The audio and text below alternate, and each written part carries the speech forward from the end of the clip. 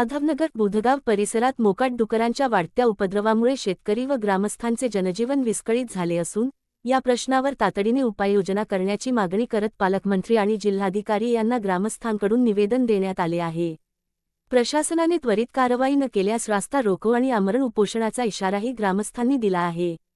माननीय पालकमंत्री व जिल्हाधिकारी यांना दिलेल्या निवेदनात म्हटले आहे की माधवनगर बुधगाव गाव तसेच बागायती क्षेत्रात सुमारे 1000 मोकाट डुकरांचा वावर असून त्यांनी शेतातील पिकांचे मोठ्या प्रमाणात नुकसान सुरू केले आहे।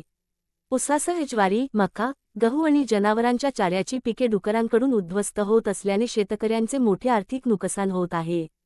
डुकरांच्या झुंडीमुळे रस्त्यावरून ये-जा करणे आणि शेतात जाणे धोकादायक बनले आहे। लहान मुलांसह नागरिकांवर हल्ला किंवा चावा घेण्याची भीती निर्माण झाली असून परिसरात भीतीचे वातावरण निर्माण झाले आहे। याशिवाय गावात मोठ्या प्रमाणात अस्वच्छता पसरल्याने साथीच्या आजारांचा धोका वाढल्याचा दावा ग्रामस्थांनी केला आहे। काही नागरिकांना संसर्गजन्य आजारांची लागण झाल्याचेही निवेदनात म्हटले आहे। ग्रामस्थांच्या म्हणण्यानुसार डुकरांच्या बंदोबस्तासाठी गेल्या वर्षभरात अनेक वेळा माधवनगर ग्रामपंचायतीकडे तक्रारी करण्यात आल्या, मात्र कोणतीही ठोस कारवाई करण्यात आली नाही। या पार्श्वभूमीवर पालकमंत्री आणि जिल्हाधिकारी यांनी या प्रकरणात वैयक्तिक लक्ष घालून डुकरांचा कायमस्वरूपी बंदोबस्त करावा व शेतकऱ्यांना दिलासा द्यावा अशी मागणी ग्रामस्थांनी केली आहे। या निवेदनात पुढे म्हटले आहे की अन्यथा नाईलाजास्तव रास्ता रोको, आमरण उपोषणासारखे तीव्र आंदोलन छेडावे लागेल आणि त्यातून उद्भवणाऱ्या परिस्थितीची जबाबदारी शासनाची राहील असा इशारा निवेदनाद्वारे शेवटी देण्यात आला आहे। माधवनगरमधील अतिशय संवेदनशील बनलेला एक प्रश्न म्हणजे गावातील डुकरांचा प्रश्न।